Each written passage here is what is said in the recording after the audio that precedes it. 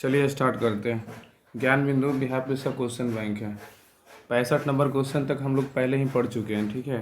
पहले वाला जो हुआ है क्वेश्चन उसको रिवीजन कर लीजिए, सारा जो है क्लास अपलोड है। तो आइए आज 66 नंबर क्वेश्चन से पढ़ते हैं। बताइएगा क्वेश्चन नंबर 66 नंबर क्वेश्चन कर रहा है कि इन्वर्टर बैटरी में कौन सा एसिड का उपयोग किया जाता है, उपयोग में लिया जाता है। बताइए क्या होगा। हाँ, H2SO4 कह रहा है इन्वर्टर बैटरी में कौन सा एसिड उपयोग में लिया जाता है, H2SO4। इन्वर्टर बैटरी में कौन सा एसिड उपयोग में लिया जाता है, H2SO4। कह रहा है इन्वर्टर बैटरी में H2SO4 का उपयोग में लिया जाता है। H2SO4 क्या है, सल्फ्यूरिक, इसको सल्फ्यूरिक अम्ल कहते हैं। H2SO4 क्या क्या क्या कहते हैं, सल्फ्यूरिक अम्ल कहते हैं। आगे कह रहा है कि प्रयोगशाला में सल्फ्यूरिक अम्ल का उपयोग कहाँ कहाँ होता है, इसके बारे में दिया हुआ है कि सल्फ्यूरिक अम्ल का जो उपयोग है ना, ये प्रयोगशाला में प्रतिकारक के रूप में करते हैं। तो बताइए कि प्रयोगशाला में प्रतिकारक के रूप में किस अम्ल का प्रयोग करते हैं, तो क्या होगा, सल्फ्यूरिक अम्ल का प्रयोग करते हैं, सल्फ्यूरिक अम्ल का।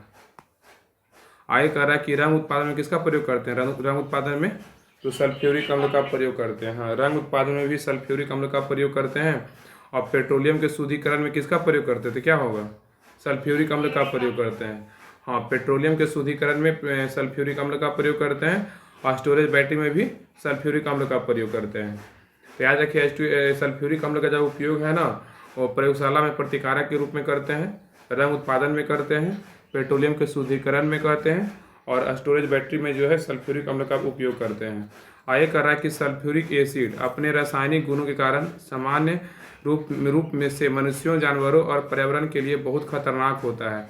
कह रहा है ना कि सल्फ्यूरिक एसिड अपने रासायनिक गुणों के कारण सामान्य रूप से मनुष्यों, जानवरों और पर्यावरण के लिए बहुत खतरनाक होता है। इस रसायन से जुड़े कुछ प्रभाव जो है ना, जोखिम इस प्रकार है। पहला क्या है, कह रहा है कि यह एसिड त्वचा से के संपर्क में आने पर बहुत नुकसान पहुंचा देता है। जो सल्फ्यूरिक अम्ल है ना, यह एसिड त्वचा में संपर्क आने पर क्या करता है, बहुत जो है नुकसान पहुंचा देता है। आगे कह रहा है इसके धुएं में सांस लेने में कठिनाई होती है और क्या होता है, घुटन महसूस होता है, याद रखिएगा, ठीक है। आगे कह रहा है कि नाइट्रिक एसिड का उपयोग कहाँ करते हैं, ये तो सल्फ्यूरिक अम्ल का था, अब है नाइट्रिक एसिड। इसका सूत्र क्या होता है, नाइट्रिक एसिड का सूत्र HNO3 होता है। क्या, HNO3 होता है। उर्वरकों के लिए अमोनियम नाइट्रेट के उत्पादन में करते हैं, उर्वरक के लिए अमोनियम नाइट्रेट के उत्पादन में जो है नाइट्रिक एसिड का प्रयोग करते हैं। अब वही नेक्स्ट पे आगे कह रहा है कि प्लास्टिक बनाने में किसका उपयोग होता है, प्लास्टिक बनाने में तो नाइट्रिक एसिड का प्रयोग होता है, ठीक है। प्लास्टिक बनाने में, रंगों के निर्माण में जो है नाइट्रिक एसिड का उपयोग होता है। इस नाइट्रिक एसिड का उपयोग नाइट्रोग्लिसरीन और TNT जैसे विस्फोटक बनाने के लिए भी किया जाता है। तो नाइट्रिक एसिड का जो उपयोग होता है ना, इसका उपयोग नाइट्रोग्लिसरीन और TNT जैसे विस्फोटक जो है ना बनाने के लिए किया जाता है। आगे कह रहा है कि जब इसे हाइड्रोक्लोरिक एसिड के साथ मिलाया जाता है तो एक्वारेजिया नामक तत्व बनता है। तो कह रहा है कि जब नाइट्रिक एसिड क्या होता है, जब इसे हाइड्रोक्लोरिक एसिड के साथ मिलाते हैं तो एक्वारेजिया नामक तत्व का क्या होता है, तत्व बनता है, निर्माण होता है। आगे कह रहा है HCl, हाँ HCl हाइड्रोक्लोरिक एसिड का उपयोग, HCl का उपयोग कहाँ कहाँ करते हैं, तो क्लोरीन बनाने में किसका उपयोग होता है, क्लोरीन बनाने में HCl का उपयोग होता है। एक्वारेजिया बनाने में किसका उपयोग होता है, एक्वारेजिया बनाने में HCl का उपयोग होता है। रंग बनाने में किसका उपयोग होता है, रंग बनाने में बोलेगा तो एक्वारेजिया का होता है। आगे कह रहा है क्लोराइड लवण के निर्माण आदि में किसका उपयोग होता है, तो HCl का उपयोग होता है, ठीक है। रंग बनाने में HCl का होता है, हाँ पूरे एक्वारेजिया का। एक्वारेजिया नहीं बनाने, नहीं दिया हुआ HCl का, एक्वारेजिया नहीं दे रहा है यहाँ पे सेकंड नंबर में नहीं है कि एक्वारेजिया अम्ल बनाने में जो है HCl का प्रयोग करते हैं, इसमें भी दिया हुआ है, ये HCl का भी करते हैं और रंग बनाने दोनों में करते हैं, है दिखाई आपको दिया। मुझे लगा ना कि मतलब पूरे है ना कि रंग बनाने में एक्वारेजिया का होता है। ये एक्वारेजिया का जो उपयोग है ना HCl के रूप में करते हैं, ठीक है। एक्वारेजिया बनाने में HCl का उपयोग करते हैं, रंग बनाने में HCl का उपयोग करते हैं। आगे कह रहा है कि CH3COOH एस्टिक एसिड का उपयोग, CH3COOH एस्टिक एसिड, इसको कहते हैं, क्या कहते हैं, एस्टिक एसिड, ठीक है। कह रहा है कि एस्टिक एसिड रासायनिक यौगिकों के उत्पादन के लिए एक महत्वपूर्ण रासायनिक अभिकर्मक है। तो कह रहा है एस्टिक एसिड रासायनिक यौगिकों के उत्पादन के लिए एक महत्वपूर्ण रासायनिक अभिकर्मक है। आगे कह रहा है एस्टिक एसिड के प्रमुख एस्टर आमतौर पर सिहाई, पेंट और कोटिंग के लिए विलायक के रूप में उपयोग किया जाता है। तो कह रहा है ना कि एस्टिक एसिड के प्रमुख एस्टर आमतौर पर स्याही, पेंट और कोटिंग्स के लिए विलायक के रूप में उपयोग होता है। आगे कह रहा है कि सिरका का उपयोग भोजन से संबंधित उपकरण को साफ करने में किया जाता है। तो सिरका का उपयोग जो है ना भोजन से संबंधित उपकरणों को साफ करने के लिए किया जाता है, क्योंकि यह आमतौर पे क्या होता है, हानिकारक अवशेष नहीं छोड़ता है। इसलिए जो है ना सिरका का उपयोग क्या करते हैं, भोजन से संबंधित उपकरणों को साफ करने में करते हैं। क्वेश्चन नंबर आइए 67 पे। क्वेश्चन नंबर 67 कह रहा है कि निम्नलिखित में से कौन सा सामान्य नमक का स्रोत है, बताइए क्या क्या है। क्या है, कह रहा है कि निम्नलिखित में से कौन सा समान नमक का स्रोत है, तो हेलाइट है। क्या है हेलाइट, निम्नलिखित में से कौन, क्वेश्चन ऐसे रहेगा कि अचार में कौन सा अम्ल पाया जाता है? किस में, अचार में, तो क्या होगा, एसिटिक अम्ल ही पाया जाता है। कह रहा है कि निम्नलिखित में से कौन सा समान नमक का स्रोत है, तो हेलाइट है। क्या है हेलाइट, कह रहा है कि हेलाइट जो है ना समान नमक का स्रोत है। इसमें एस दिया हुआ है, आणविक सूत्र दिया हुआ है और वैज्ञानिक नाम दिया। बताइएगा कि बॉक्साइट का सूत्र क्या होता है, इसका वैज्ञानिक नाम क्या है बॉक्साइट का। बॉक्साइट का सूत्र Al2O3 × 2H2O और इसका वैज्ञानिक नाम रहेगा तो हाइड्रेटेड। हाँ, तो बॉक्साइट का सूत्र होता है Al2O3 × 2H2O होता है और बॉक्साइट का वैज्ञानिक नाम क्या है, तो हाइड्रेट है। क्या हाइड्रेटेट। बताइए हेलाइट का सूत्र क्या होता है, हेलाइट का बोले तो हेलाइट का NaCl × 2H2O सोडियम क्लोराइड होता है। हाँ, हेलाइट का जो सूत्र होता है ना NaCl2 × 2H2O होता है और सोडियम क्लोराइड होता है। तो हेलाइट का जो सूत्र होता है NaCl2 × 2H2O और हेलाइट का जो वैज्ञानिक नाम है सोडियम क्लोराइड है। पाइराइट बताइए, पाइराइट का क्या होगा, पाइराइट का FeS2 ये आयरन सल्फाइड होता है। हाँ, पाइराइट का क्या होता है, FeS2 होता है, आयरन सल्फाइड होता है। पाइराइट का बोलेगा तो इसी को ना झूठा सोना के नाम से जाना जाता है पाइराइट को। पाइराइट का सूत्र होता है FeS2 होता है, इसका वैज्ञानिक नाम क्या होता है, आयरन सल्फाइड। कैल्साइट का क्या होता है सूत्र, कैल्साइट का CaCO3 कैल्शियम कार्बोनेट होता है। हाँ, कैल्साइट का जो होता है CaCO3 होता है, इसका वैज्ञानिक नाम क्या होता है, कैल्शियम कार्बोनेट। तो याद रखिए बॉक्साइट का जो सूत्र होता है ना Al2O3 × 2H2O और वैज्ञानिक नाम पूछेगा तो हाइड्रेटेट। हेलाइट का सूत्र होता है NaCl2 × 2H2O और इसका वैज्ञानिक नाम क्या होता है, सोडियम क्लोराइड होता है। और पाइराइट का सूत्र क्या होता है, FeS2 होता है और वैज्ञानिक नाम बोलेगा तो आयरन सल्फाइड होता है। और कैल्साइट का सूत्र क्या होता है, तो CaCO3 और वैज्ञानिक नाम बोलेगा तो कैल्शियम कार्बोनेट होता है। अब आगे ये कह रहा है कि नमक के फायदे क्या क्या है। तो कह रहा है कि पहला पॉइंट है, कह रहा है कि खाद्य पदार्थों को खराब होने से बचाने के लिए नमक का जो है ना परिरक्षक के रूप में उपयोग किया जाता है। तो देखिए खाद्य पदार्थों को खराब होने से बचाने के लिए किसका उपयोग जो है ना परिरक्षक के रूप में किया जाता है, तो क्या होगा, नमक का। हाँ, खाद्य पदार्थों को खराब होने से बचाने के लिए नमक का उपयोग परिरक्षक के रूप में किया जाता है। यह खाद्य पदार्थों में बैक्टीरिया की वृद्धि से क्या करता है, रोकता है। नेक्स्ट पॉइंट कर रहा है कि साधारण नमक हमारे दैनिक जीवन में उपयोग आने वाले कई पदार्थों जैसे कास्टिक सोडा, बेकिंग सोडा, कपड़ा धोने का सोडा और व्यंजक चूर्ण आदि के निर्माण के लिए महत्वपूर्ण कच्चा पदार्थ है। तो कह रहा है ना कि साधारण नमक हमारे दैनिक जीवन के उपयोग में आने वाले कई पदार्थों जैसे कास्टिक सोडा हो गया, कास्टिक सोडा, बेकिंग सोडा, कपड़ा धोने का सोडा, व्यंजक चूर्ण आदि के क्या होता है, निर्माण के लिए महत्वपूर्ण कच्चा पदार्थ है। तीसरा पॉइंट कह रहा है कि नमक और शक्कर के पानी में घुलने से बने पुनर्योजी विलयन ORS का उपयोग शरीर में जल की मात्रा कम हो जाने पर प्राथमिक उपचार के लिए किया जाता है। तो कह रहा है कि नमक और शक्कर के पानी में घुलने से बने पुनर्योजी विलयन ORS का उपयोग शरीर में जल की मात्रा कम हो जाने पर प्राथमिक उपचार के लिए किया जाता है। क्वेश्चन नंबर 68 पे। क्वेश्चन नंबर 68 कह रहा है कि मनुष्य के मूत्र में बताइए कौन सा एसिड पाया जाता है। बताइए मनुष्य के मूत्र में, हाँ यूरिक एसिड होगा। क्या होगा, यूरिक एसिड। मनुष्य के मूत्र में कौन सा एसिड का पाया जाता है, तो यूरिक एसिड पाया जाता है। कह रहा है कि मनुष्य के मूत्र में जो है ना यूरिक एसिड पाया जाता है और मूत्र का एक समान घटक यूरिक अम्ल फ्यूरिन न्यूक्लियोटाइड्स का विघटन के उत्पाद है। तो मनुष्य के मूत्र में तो यूरिक एसिड पाया जाता है, सबको पता है। आगे कह रहा है कि मूत्र का एक समान घटक जो है ना यूरिक अम्ल फ्यूरिन न्यूक्लियोटाइड्स के विघटन का उत्पाद है। अब आइए नेक्स्ट पे। आगे कह रहा है ना कि यूरिक अम्ल का सूत्र क्या होता है, C5H4NF4O3 होता है। यूरिक अम्ल का जो सूत्र होता है ना C5H4N4O3 जो प्यूरिन के विघटन के परिणाम स्वरूप उत्पन्न होता है, आसानी से रक्त प्रवाह में अवशोषित हो जाता है और गुर्दे तक यात्रा करता है, जहाँ से यह क्या होता है, मूत्र में जाता है। आगे कह रहा है कि शरीर में यूरिक अम्ल का उच्च स्तर मूत्र और रक्त को बहुत अधिक अम्लीय बनाता है। कह रहा है कि शरीर में यूरिक अम्ल का उच्च स्तर मूत्र और रक्त को बहुत अधिक अम्लीय बनाता है और इससे क्या होता है, गाउट नामक बीमारी हो सकती है जिससे जोड़ों में दर्द होता है। ठीक है। आगे कह रहा है कि मैलिक एसिड क्या है, तो मैलिक एसिड एक कार्बनिक यौगिक होता है। पहला क्वेश्चन तो एक है कि मैलिक एसिड क्या है, एक कार्बनिक यौगिक है जिसका अणुसूत्र क्या होता है मैलिक एसिड का, बताइए। C4H6O5 होता है। तो मैलिक एसिड क्या है, एक कार्बनिक यौगिक है जिसका अणुसूत्र क्या होता है, तो C4H6O5 होता है। और यह एक जो है ना डाई कार्बोक्सिलिक अम्ल है जिसका निर्माण सभी जीव में करते हैं। ठीक है, मैलिक एसिड का। आगे कह रहा है कि फलों का रुचित खट्टा स्वाद इसी अम्ल के कारण होता है। तो फलों का जो रुचित खट्टा होता है ना, वो मैलिक एसिड अम्ल के कारण ही होता है। आगे कह रहा है कि मैलिक एसिड सेब में पाया जाता है। मैलिक एसिड किस में पाया जाता है, बताइए। मैलिक एसिड बोलेगा तो सेब में पाया जाता है। किस में पाया जाता है, सेब में। आगे कह रहा है कि लैक्टिक एसिड क्या है, तो लैक्टिक एसिड का रासायनिक सूत्र क्या होता है, C3H6O3। लैक्टिक एसिड का रासायनिक सूत्र क्या होता है, C6H3O3 होता है। और लैक्टिक एसिड का उपयोग जो है ना प्लास्टिक बनाने में किया जाता है। ये लैक्टिक एसिड का उपयोग कहाँ किसके बनाने में करते हैं, तो प्लास्टिक बनाने में जो है ना लैक्टिक एसिड का प्रयोग करते हैं, प्लास्टिक बनाने में। और लैक्टिक एसिड क्या करता है, यह दूध में प्रोटीन को जमने में मदद करता है। लैक्टिक एसिड ही क्या करता है कि दूध में प्रोटीन को क्या करता है, जमने में मदद करता है। और आगे कह रहा है कि दर्दनाक मस्तिष्क की चोटों के उपचार में लैक्टिक एक महत्वपूर्ण भूमिका निभाता है। तो कह रहा है कि दर्दनाक मस्तिष्क की चोटों के उपचार में लैक्टेट एक महत्वपूर्ण भूमिका निभाता है।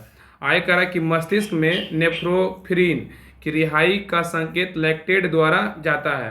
तो मस्तिष्क में नॉरपेनेफ्रिन की रिहाई का संकेत लैक्टिक द्वारा दिया जाता है। आगे कह रहा है कि टैनिक एसिड क्या है, तो टैनिक एसिड जो है ना, कह रहा है कि टैनिक एसिड एक प्रकार का पॉलीफेनोस है। टैनिक एसिड जो है ना एक प्रकार का पॉलीफेनोस है और इसे जो है एडिसम, टैनिकम और गैलेक्टिनम एसिड भी कहा जाता है। तो टैनिक एसिड एक प्रकार का पॉलीफेनोस है और इसे एडिसम, टैनिक या ग्लाइकोटैनिक एसिड कहा जाता है। आगे कह रहा है कि टैनिक एसिड का रासायनिक सूत्र क्या होता है, तो C76H52O46। तो टैनिक एसिड का सूत्र क्या होता है, C76H52O46 है। और टैनिक एसिड का उपयोग जो है ना लौह धातु की वस्तुओं को जंग संरक्षण में किया जाता है। आगे कर रहा है कि टैनिक एसिड का उपयोग जो है ना सेलुलोज फाइबर की रंगाई प्रक्रिया में किया जाता है। तो टैनिक एसिड का उपयोग जो है किस में करते हैं, तो सेलुलोज फाइबर की रंगाई प्रक्रिया में किया जाता है। और टैनिक एसिड का उपयोग जो है रबड़ के निर्माण में कोएगुलांट के रूप में किया जाता है। तो टैनिक एसिड का उपयोग क्या करते हैं, तो इसका उपयोग जो है ना रबड़ के निर्माण में कोएगुलांट के उपयोग में किया जाता है। क्वेश्चन नंबर 69 पे, क्वेश्चन नंबर 69 का रहा है टैनिक एसिड जो चाय में भी पाया जाता है ना, नहीं तो हाँ तो हम पढ़े हैं। हो सकता है, हमको पता नहीं है। चलिए आगे। चाय में थीन पाया जाता है ना, कॉफी में कैफीन। एसिड, टैनिक एसिड, ये एसिड की बात बोल रहे हैं। थीन एसिड है, दिया है ना टैनिक। चाय में टैनिक एसिड पाया जाता है, अच्छा। चलिए आगे। क्वेश्चन नंबर 69 का रहा है कि क्वेश्चन नंबर का रहा है कि नेमेटोड द्वारा कौन सा रोग होता है, बताइए। नेमाटोड द्वारा इसका हो जाएगा ना फाइलेरियासिस होता है। नेमेटोड द्वारा कौन सा रोग होता है, फाइलेरियासिस होता है। नेमेटोड सूत्रकृमि द्वारा फाइलेरियासिस नामक रोग होता है। आगे कह रहा है बुसेरेरिया मलाइए और बुसरेरिया ब्रैनक्रोफेटाई 2 फलेरी परजीवी है जो फलेरिया रोग का कारण बनते हैं। ठीक है। तो कह रहा है कि बुसेरेरिया मेलई और बुसेरेरिया ब्रैनक्रोफेटाई 2 फलेरिया परजीवी है जो फलेरिया रोग का कारण बनता है। आगे कह रहा है यह उन अंगों का सूजन का कारण बनता है जिसमें कई वर्षों तक रहते हैं। आमतौर पर निचले अंगों में लसिका वाहिकाएं प्रभावित होती है। आगे कह रहा है कि लसिका वाहिका में रुकावट आ जाती है जिसके परिणाम स्वरूप तीव्र सूजन होती है। संक्रमित व्यक्ति के निचले अंग हाथी के पैरों की तरह दिखाई देते हैं, इसी कारण इसे क्या कहते हैं, हाथी पांव कहा जाता है। अब आइए नेक्स्ट पे। आगे कह रहा है कि नेक्स्ट में कि इसे जो है ना जनांग अंग भी प्रभावित हो सकते हैं जिससे गंभीर विकृति हो सकती है। आगे कह रहा मनुष्यों में नेमेटोड संक्रमणों में एस्कारियासिस, ट्राइक्यूरेसिस, हुकवर्म, एंट्रोबाइयासिस, अस्ट्राग्निलोडियासिस और फाइब्रोसिस और ट्राइचिनोसिस और डायरोफिलरासिस और एंजियोस्ट्रांगलियासिस, ऐसा सा नाम है ना।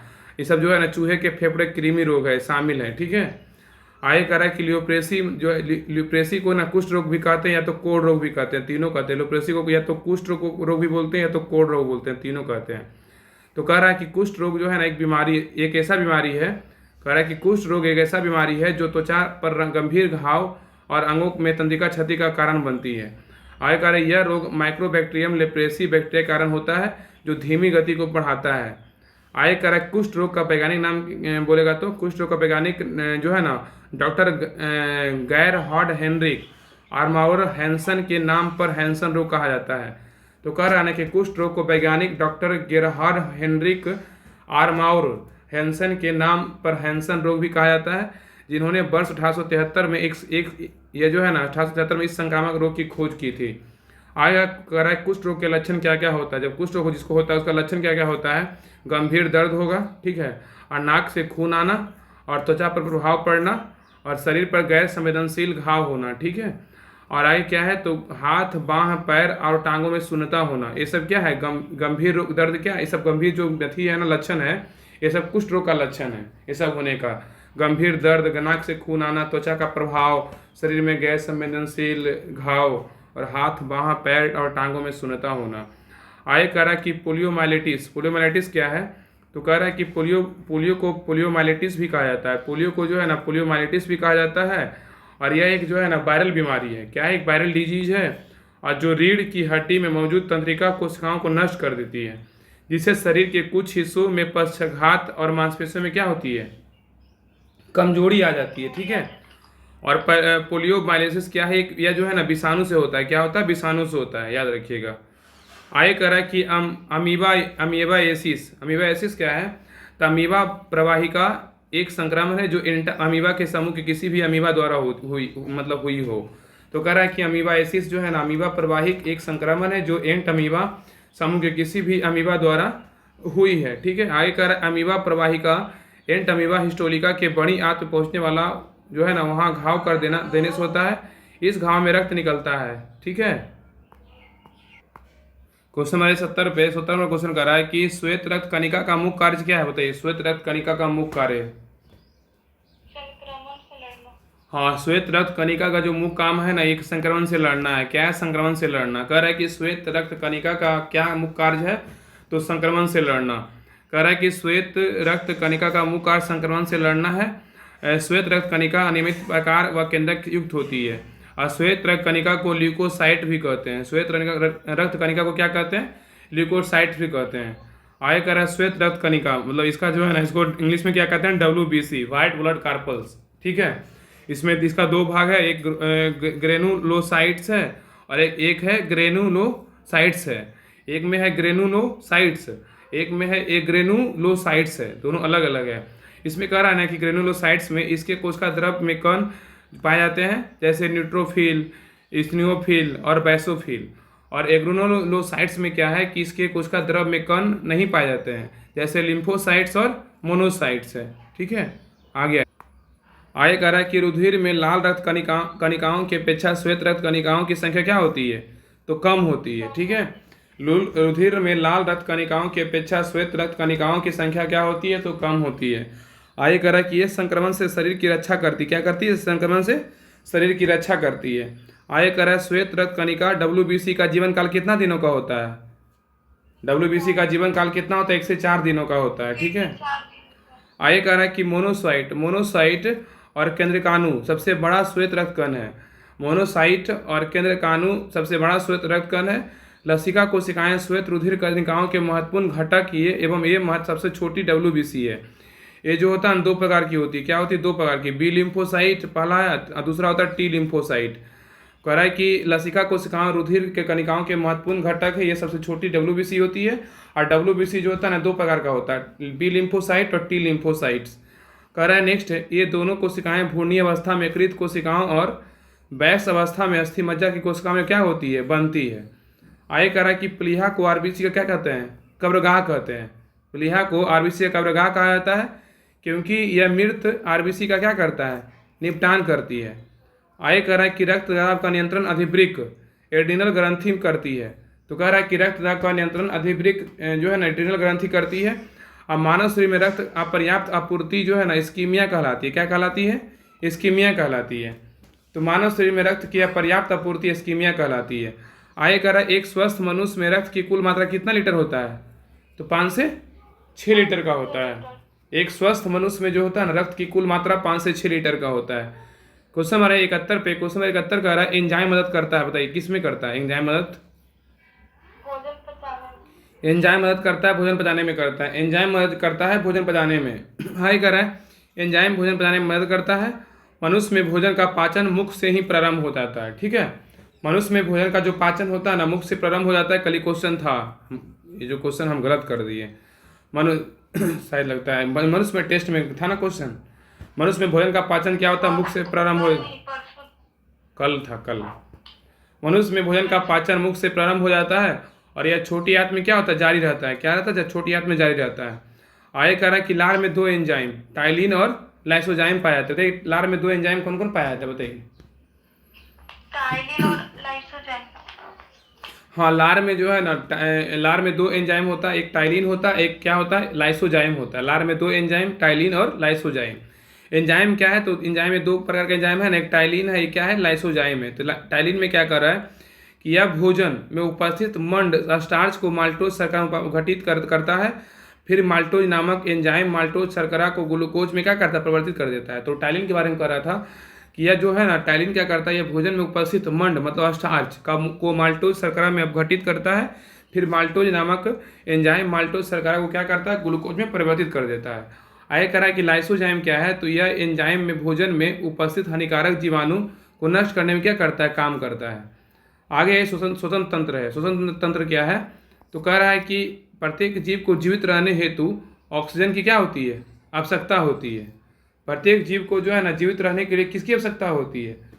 बिना ऑक्सीजन के रह ही सकता है जीवित, तो ऑक्सीजन की आवश्यकता होती है क्योंकि ऑक्सीजन ही कार्बनिक एक भोज्य पदार्थ का ऑक्सीकरण अभिघटन करने का ऊर्जा प्रदान करता है। और भोज्य पदार्थों का ऑक्सीकरण की यह प्रक्रिया क्या कहलाती है?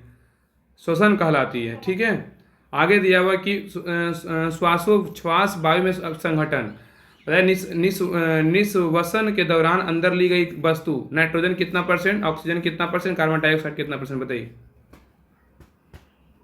नाइट्रोजन 78% निःश्वसन के दौरान अंदर ली गई वस्तु नाइट्रोजन 78%, थोड़ा जोर से, ऑक्सीजन 21% और कार्बन डाइऑक्साइड 0.04%। 0.04%। उच्छ्वास के दौरान बाहर ली गई वायु क्या होगा? ये बाहर ली गई वायु 78%, नाइट्रोजन 78%, ऑक्सीजन 16.4% और कार्बन डाइऑक्साइड 4.4%। ठीक है, एनसीईआरटी स्रोत से लिया गया है। आगे दिया, देखिए आगे कह रहा है कि प्रजनन तंत्र क्या है? तो जिस प्रक्रम द्वारा वायु जीव अपनी संख्या में वृद्धि करते हैं उसे प्रजनन तंत्र कहते हैं। तो प्रजनन तंत्र किसको कहेंगे? तो जिस प्रक्रम द्वारा जीव अपनी संख्या में वृद्धि करते हैं उसे क्या कहते हैं? प्रजनन तंत्र कहते हैं। आगे है इम्यून तंत्र। इम्यून तंत्र क्या है? इम्यून सिस्टम हमारे शरीर के बाहर बैक्टीरिया, वायरस और अन्य सभी प्रकार के रोगाणु को बचाने में काम करता है। इम्यून जो तंत्र होता है ना वो क्या करता है? हमारे शरीर के बाहर बैक्टीरिया, वायरस और अन्य सभी प्रकार के रोगाणु से बचाने का काम करता है। इम्यून सिस्टम कमजोर होने से हर व्यक्ति सुस्ती महसूस होती है, उसके शरीर में ऊर्जा क्या होता है? कम होने लगती है। ठीक है, आइए क्वेश्चन नंबर 72 पे, क्वेश्चन नंबर 72 कह रहा है कि भोजन का पाचन समान रूप से किसमें होता है? बताइए क्या होगा? छोटी आंत में होता है। हाँ, भोजन भी ऊपर भी पढ़ चुके थे कि भोजन का जो पाचन समान रूप से किसमें होता है? तो छोटी आंत में होता है। ठीक है, भोजन का पाचन समान रूप से छोटी आंत मतलब होता है। और छोटी आंत 3 भागों में विभक्त होती है। कितने भागों में विभक्त होती है? 3 भागों में। ठीक है, ग्रहणी, अग्र क्षुद्रांत और क्षुद्रांत, मतलब डोइडोनम और जेजुनम और क्षुद्रांत इलियम। ठीक है, तो छोटी आंत जो होता है 3 भागों में विभक्त होता है। एक होता है ग्रहणी, अग्र क्षुद्रांत और क्षुद्रांत। आगे कह रहा है कि अमाशय से निकलने के पश्चात भोजन अम्लान कहलाता है। अमाशय से निकलने के पश्चात जो है ना भोजन अम्लान कहलाता है। यह क्राइम ग्रहणी पहुंचता है जहां सबसे पहले यकृत से निकलकर पीत रस में क्या होता है? इसमें मिलता है। आगे कह रहा है कि क्षारीय प्रकृति के होने कारण पीत रस कायम को क्षारीय देता है। ठीक है, पीत रस में किसी भी प्रकार का एंजाइम नहीं पाया जाता है। ठीक है, पीत रस में किसी भी प्रकार का जो है ना एंजाइम नहीं पाया जाता है। आगे कह रहा है यह अग्नाशय से स्रावित अग्नाशय रस का आकार काई में मिलता है। इसके पश्चात यह इलिये में पहुंचता है, जहां आंत रस की क्रिया को क्या करता है, कायम पर होती है। आगे कह रहा छोटी आंत जो कह रहा आंत में भोजन के पूर्ण पाचन के उपरांत इसका अवशोषण भी छोटी आंत में स्थिर रस शंकुकार द्वारा होता है। बिना पचा हुआ कायम बड़ी आंत में पहुंचता है, जहां जल का अवशोषण होता है और एवं शेष कायम मल के रूप में मलाशय में एकत्र होकर गुर्दा के बाहर निकाल दिया जाता है। ठीक है, तो कह रहा है ना कि छोटी आंत में भोजन के पूर्ण पाचन के उपरांत उसका अवशोषण भी छोटी आंत में स्थिर रसांकुर द्वारा होता है। बिना पचा हुआ कायम, रासनकुर को बिल्ली कहते हैं। इंग्लिश में तो भी लिखा हुआ है बिल्ली कहते हैं। आगे कह रहा है कि बिना पचा हुआ कायम बड़ी आंत में पहुंचता है, जहां जल का अवशोषण होता है एवं शेष कायम मल के रूप में मलाशय में एकत्र होकर गुर्दा के द्वारा बाहर निकाल दिया जाता है। आगे कह रहा है कि यकृत मतलब लीवर क्या है, तो कह रहा है कि लीवर जो है ना यह मानव शरीर की सबसे बड़ी ग्रंथि है। तो बताइए कि मानव शरीर की सबसे बड़ी ग्रंथि कौन सा है, तो लीवर है।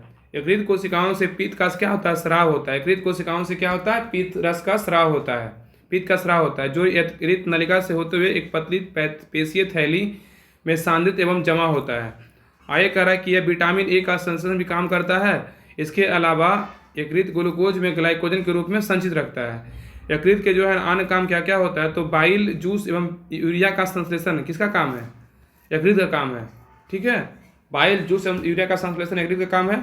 और कार्बनिक पदार्थों का संग्रह किसका काम है, यकृत का काम है। एंजाइमों का स्रवण किसका काम है, यकृत का काम है। हेपेरिन का स्रवण किसका काम है, यकृत का काम है। लाल रक्त कणिकाओं के निर्माण में आयरन की स्टोर करना किसका काम है, यकृत का ही काम है। अब आइए नेक्स्ट पे, आगे कह रहा है कि बड़ी आंत, ठीक है, लार्ज इंटेस्टाइन बड़ी आंत कह रहा है कि लार्ज इंटेस्टाइन एक क्या कह रहा है कि बड़ी आंत छोटी आंत की तुलना में अधिक चौड़ी किंतु लंबाई में छोटी होती है। ठीक है, बड़ी आंत कह रहा है कि छोटी आंत की तुलना में अधिक चौड़ी किंतु लंबाई में छोटी होती है। मनुष्य में लगभग जो है ना 5 फीट लंबी 2.5 इंच चौड़ी होती है। आगे का बड़ी आंत 3 भागों में क्या होती है, विभक्त होती है। पहला होता है सेकम और ये दूसरा मलाशय, तीसरा होता है कोलन। तो बड़ी आंत होता है 3 प्रकार में विभक्त होती है, पहला सीकम, मलाशय और कोलन। आगे कह रहा है कि बड़ी आंत को जो है ना कोई एंजाइम स्राव नहीं करती है। इसका कार्य केवल बिना पचे हुए भोजन को कुछ समय के लिए संचित करना होता है। यहाँ जल और कुछ खनिजों का अवशोषण होता है। तो कह रहा है कि बड़ी आंत कोई एंजाइम स्राव नहीं करती है। इसका कार्य केवल बिना पचे हुए भोजन को कुछ समय के लिए संचित करना होता है। यहाँ जल और कुछ खनिजों का अवशोषण होता है। क्वेश्चन नंबर 73 कह रहा है कि समान पुरुष के शरीर का तापमान बताइए कितना होता है, 36.9 डिग्री सेल्सियस होता है। तो कह रहा है कि समान मनुष्य के शरीर का तापमान कितना होता है, तो 36.9 डिग्री सेल्सियस होता है। समान पुरुष के शरीर का तापमान 36.9 डिग्री सेल्सियस होता है, याद रखिएगा। आगे कह रहा है हाँ, अगर फारेनहाइट में बोलेगा तो 98.42 फारेनहाइट होता है। तो कह रहा है कि मानव शरीर का समान तापमान जो होता है 98.6 डिग्री फारेनहाइट होता है या 37 डिग्री सेल्सियस या केल्विन में 310 केल्विन होता है। परम शून्य ताप, ठीक है, एब्सोल्यूट जीरो टेम्परेचर, करें सैद्धांतिक रूप से किसी वस्तु का तापमान -273.15 डिग्री सेल्सियस से कम संभव नहीं है। इसे परम शून्य ताप कहते हैं। केल्विन पैमाने पर इसे 0 केल्विन से परिभाषित करते हैं। ठीक है, आगे कह रहा है सेल्सियस, केल्विन, फारेनहाइट और रोमन पैमानों के बीच परस्पर संबंध जो है ना, इसका है CGO, मतलब केल्विन में क्या है 100 और इसका के में 273 बटा सब में 100 है और फारेनहाइट में 32 और बटा 180 और आर में R0 80 है। सबका दिया हुआ है ना कि सेल्सियस में होता है सेल्सियस में 0, केल्विन में 273 और फारेनहाइट में 32 और आर में 0। ठीक है, क्वेश्चन में करा 74, बताइएगा 74 नंबर क्वेश्चन की सबसे बड़ी धमनी किस नाम जानी जाती है, महाधमनी। हाँ, सबसे बड़ी धमनी जो है ना किस रूप में जानी जाती है, तो महाधमनी, इसको का ना एओर्टा कहते हैं। ठीक है, तो सबसे बड़ी धमनी जो है ना किस नाम से जानी जाती है, तो महाधमनी। कह रहे सबसे बड़ी धमनी जो है ना महाधमनी के नाम से जानी जाती है और महाधमनी बाएं निलय के शीर्ष पर शुरू होती है। जो हृदय की पेशी क्या क्या क्या होती है, पेशी पंपिंग कक्ष होती है। और हृदय बाएं निलय में महाधमनी बाल्व के माध्यम से रक्त को महाधमनी के रूप में पंप करता है। तो हृदय बाएं निलय में महाधमनी बाल्व के माध्यम से रक्त को महाधमनी में पंप करता है। आगे आइए, कह रहा है आगे कि हृदय धमनियाँ ऑक्सीजन युक्त रक्त को हृदय की मांसपेशियों तक ले जाती है। तो हृदय धमनियाँ ऑक्सीजन युक्त रक्त को हृदय की मांसपेशियों तक ले जाती है। हृदय धमनियों में किसी भी प्रकार की बाधा से दिल का दौरा पड़ता है। तो हृदय धमनियों में किसी भी प्रकार का क्या होता है, प्रकार की बाधा से दिल का दौरा पड़ता है, दौरा। फुफ्फुस धमनियाँ जो है ना, दाएं निलय से फेफड़ों तक ऑक्सीजन रहित रक्त ले जाती है। तो फुफ्फुस धमनी दाएं निलय से फेफड़ों तक ऑक्सीजन रहित रक्त ले जाती है। फुफ्फुस धमनियों में अशुद्ध रक्त होता है। क्या होता है फुफ्फुस धमनी में? अशुद्ध रक्त होता है, शुद्ध रक्त होता है? तो अशुद्ध रक्त होता है, ठीक है। फुफ्फुस शिराएं फेफड़ों में से ऑक्सीजन युक्त रक्त को हृदय बाएं आलिंद में वापस ले जाने के लिए जिम्मेदार होती है। तो कह रहा है कि फुफ्फुस शिराएं फेफड़ों से ऑक्सीजन युक्त रक्त को हृदय बाएं आलिंद में वापस ले जाने के लिए जिम्मेदार होती है। आगे कह रहा है कि महाशिरा वेना कावा, महाशिरा के इंग्लिश में कहते हैं वेना कावा। कह रहा है महाशिरा यह हृदय के दाहिनी भाग को ऑक्सीजन की कमी वाले रक्त की आपूर्ति करता है। तो महाशिरा क्या करता है, यह हृदय के दाहिनी भाग को क्या करता है, ऑक्सीजन की कमी वाले रक्त को आपूर्ति करता है। यह दो प्रकार का होता है, एक होता है अग्र महाशिरा, दूसरा होता है पश्च महाशिरा, ठीक है। महाशिरा दो प्रकार का होता है, एक होता है अग्र महाशिरा, दूसरा होता है पश्च महाशिरा। इधर जो है ना सारा साइंस से दिया हुआ है। क्वेश्चन 75 कि केटला और राहु जो है ना दृष्टांत है भाई किसका? फ्रेश वाटर फिश का। फ्रेश वाटर, हाँ, ये सब जो कतला रेहू रहता है ना, फ्रेश वाटर में रहता है, ठीक है। तो कतला जो है ना, कतला और रेहू बोल सकते हैं, मछली जो होता है हम लोग जो खाते हैं, कतला रोहू ये फ्रेश वाटर का फिश दृष्टांत है, ठीक है। आगे कह रहा मत्स्य वर्ग क्लासिक फिश, क्लास फिशेस। तो कह रहा है कि इसके अंतर्गत मछलियाँ आती है जो लवणीय और मृदु जल में पाई जाती है, मतलब फ्रेश वाटर में पाया जाता है। ये क्या होता है, मत्स्य वर्ग जो होता है ना, मछलियाँ क्या अन्य तापमापी जंतु होती है और इसमें श्वसन कोलोम द्वारा होता है, गिल्स मतलब द्वारा क्या कर मछलियाँ सांस लेती है। और इसके शरीर में धारे रखित बाह्य कंकाल सल्कों के रूप में होता है, मछली के रूप में, मछली का जो शरीर पे होता है। और मछली का जो इनका हृदय क्या होता है, द्विवेशमी होता है और केवल अशुद्ध रक्त की ही पंप करता है, ठीक है। और ये जल में अंडे देने वाली कशेरुकी है। क्या है ये? जल में अंडे देने वाली कशेरुकी है। उदाहरण में क्या है कि शार्क, रेहू, टॉर्पीडो, कतला, समुद्री घोड़ा, मांगुर, सिंह, ये सब क्या है, मछलियाँ हैं, ठीक है, जो फ्रेश वाटर में रहती है। कौन कौन? शार्क, रोहू, टॉर्पीडो, कतला, समुद्री घोड़ा, मांगुर और सिंगी। आय करा परीक्षा की दृष्टि से महत्वपूर्ण तथ्य, मच्छरों को नियंत्रण हेतु प्रयोग में होने वाली कीटभक्षी जो है ना मछली गैम्बूसिया है। तो देखिए कि मच्छरों के नियंत्रण हेतु प्रयोग में होने वाली कीटभक्षी मछली कौन सा है? तो क्या होगा? गैम्बूसिया है। क्या है? गैम्बूसिया। और रेहू मछली का वैज्ञानिक नाम क्या है? रेहू मछली का बोलेगा तो लेबियो रोहिता है। रेहू मछली का जो वैज्ञानिक नाम क्या है? तो लोबियो रोहिता है। और मांगुर को जो है ना कैटफिश के नाम से जानते हैं। कैटफिश किस मछली को जानते हैं? कैटफिश के नाम से। तो मांगुर को जो है ना कैटफिश मछली के नाम से जानते हैं। अब रहने दीजिए यहीं तक। क्वेश्चन नंबर 76 से जो है ना हम लोग कल पढ़ेंगे। बाकी कल से 76 से लेकर 100 तक कल पूरा कंप्लीट कर लेंगे और फिर जो है ना 1 से लेकर पूरा 100 तक की रिवीजन कर लेंगे। तो रहने दीजिए, 76 से हम लोग कल पढ़ेंगे, आप लोग रिवीजन कर लीजिएगा।